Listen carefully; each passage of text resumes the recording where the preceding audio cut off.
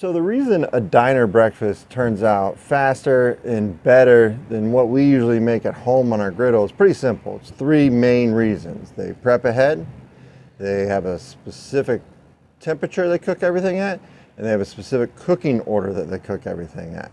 Well, and if we're being honest, they got a few pieces of equipment more than we have at home. They don't just have a griddle or a flat top. For example, they have hot holding boxes that they can hold food in after they make it, but we have ovens. And we can do the same thing with those. We'll go over that more later. So in today's video, I'll go over those three things along with 4 more for 7 total tips that'll hopefully bridge the gap and help you make better breakfast on your griddle at home closer to what you get at a Greasy Spoon diner. When a diner is making breakfast, their goal is to prep ahead as much as possible to get the perfect food out as fast as possible. So first, they'll do a lot of their prepping of the long cooking items like bacon and potatoes and hold them hot in the morning. Secondly, they'll have the griddle temps exactly where they want them for quick items like eggs and pancakes. And they have a system in which order to cook food to ensure that it all comes out hot and at the same exact time. For example, before I worked at Bob Evans, which is like a diner in the Midwest, I always wondered why their bacon would be so flat and perfect and mine would turn out like curled up, and then it also would be like cooked on the edges but not done on the middle. And that's because I cooked it too hot. They cook theirs on a lower temperature as the griddle warms up, which is something you can do in your griddle at home too. As you're preheating the griddle, put the bacon down and let it render out the fat, or you can use a steak weight as well, / bacon weight, if you want to buy one of those. But if you're like me, my griddle breakfast at home usually goes, it's Sunday morning, I decide at the last minute, let's make breakfast for the family on the griddle. And there was no prep work done, so I'm just trying to cut potatoes and veggies in the middle of cooking.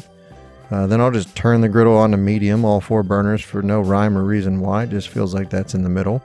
And I'll start by just throwing down some eggs, and then some bacon, then potatoes, with no order of what I'm cooking in, and then some things finish while other things aren't even close to being done. So now that we know the basic difference in the approaches, let's run through the 7 tips and get you making a better breakfast. Tip number 1 is prepping ahead. I used to just turn the griddle on and start pulling up stuff out of the fridge. This always ended up with me feeling rushed, unorganized, usually running back to the house mid-cook. Here's a few things we used to do when I worked at Bob Evans to make the whole process easier. First, we'd cook the bacon and potatoes in the morning before people got there, and then hold them hot. We'd cut all of our veggies and separate them out into bowls. You can break up and scramble your eggs, separate those out into bowls.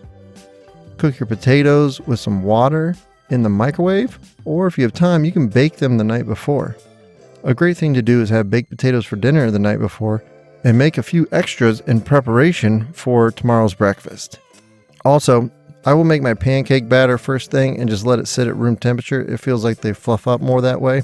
I even worked at a place that would make it the day before and put it in the fridge, and it still works. You just sometimes need to add a little bit of water to thin it down the next day. So really, anytime you're getting ready to cook on the griddle, you need to plan out your prep. Everything needs to be done. You don't want to just walk out there and not have everything ready. You want to have everything cut, ready to go. You're going to throw it on the griddle in order, just like a Japanese steakhouse, where they use a flat top. They bring everything out on trays. So you can always use a cookie sheet. You can buy some trays. Everybody's got some lunch trays that I've seen people buy off Amazon. Really doesn't matter. You just need something to hold all of your prepped food that you bring out to the griddle, because you're cooking so much outside. It's not like a grill where you just throw some burgers on and that's all you got. You got a lot of food and you have it prepped up. You need to bring it out with you on a tray. Tip number 2 is to hold the food hot after you have made it.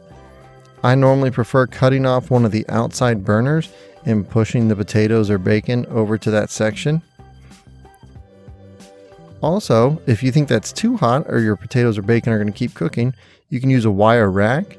Those work out great. They lift it off the griddle but still keep it hot. I've used the large wire racks and the small wire racks. I prefer the small ones because they don't take up as much space. I'll put a link in the description if you want to grab one, or 2 small ones might be better than 1 large one. Another option is to use your oven as a hot holding box like I talked about. In restaurants, they usually have these warming cabinets And that's where we would keep our bacon and potatoes at Bob Evans. Most ovens go below 200, and I put mine around 170 or 180 degrees. You can hold your meat, potatoes on there on a sheet pan or a foil tray, and then let them just stay hot while you finish up your pancakes and eggs.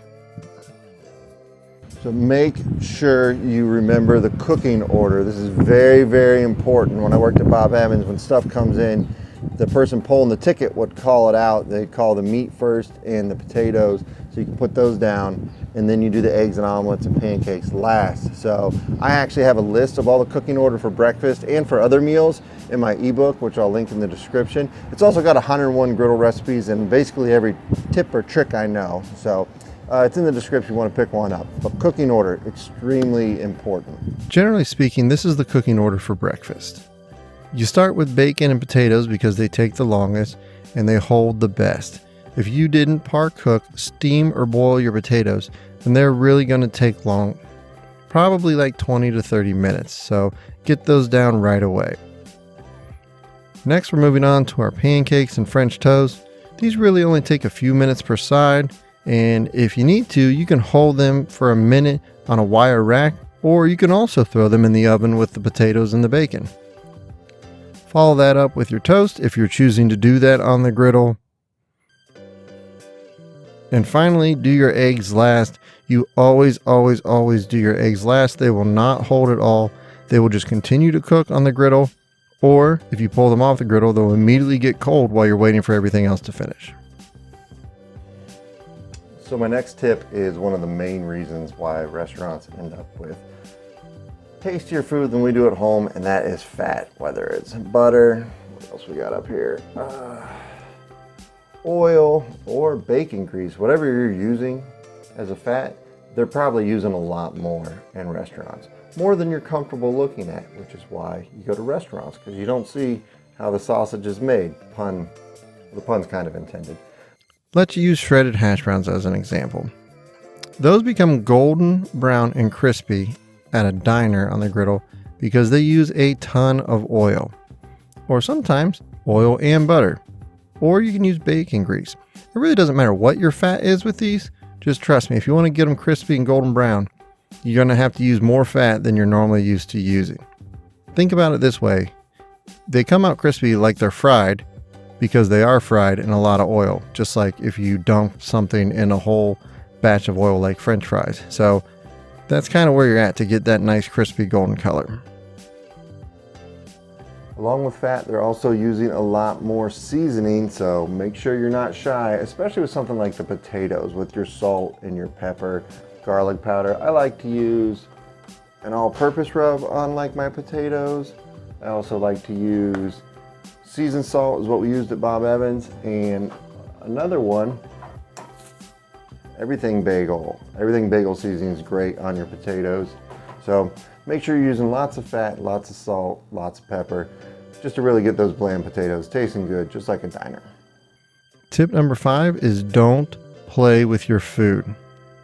I know you got a griddle to do the 2 spatulas at once thing. It's the same reason I got one, but it's not always necessary, even if it's fun. After you put your potatoes down, just leave them there. Heck, I would even recommend you putting a weight on the potatoes to get a nice crust, whether it's hash browns or just regular diced potatoes. The same holds true for scrambled eggs. Just pour them slowly and let them just kind of slowly set up before you start to chop them and then add your cheese or whatever else you like to put in there. Tip number 6 is to clean as you go. You always want to clean while you're cooking. 1, this is going to make things easier when you're done. You won't have to spend as much time cleaning and you can just start eating with your family. 2, it's going to make your food look nicer. When I was at Bob Evans, I remember I had a busy day. I threw all this bacon down and then I started cooking right on it and all my food was coming out nasty. And one of the older waitresses there was like, "Your grill is disgusting. That's why all your food looks disgusting." So you got to clean. You're going to get little bits of bacon or potato in there, especially for your eggs and your pancakes. You want to scrape that off, maybe wipe it down with a towel, add some fresh oil to that spot if you want to make them look nice and clean. Now look, pancakes and eggs cooked in bacon grease, delicious. It still tastes good. So that's your thing, you know. It's just not going to look as good. I'm not saying it's terrible to do. I'm just saying if you want everything to look clean, to look nice, especially on those sunny side ups or whatever, make sure you're cleaning and wiping down your griddle as you go.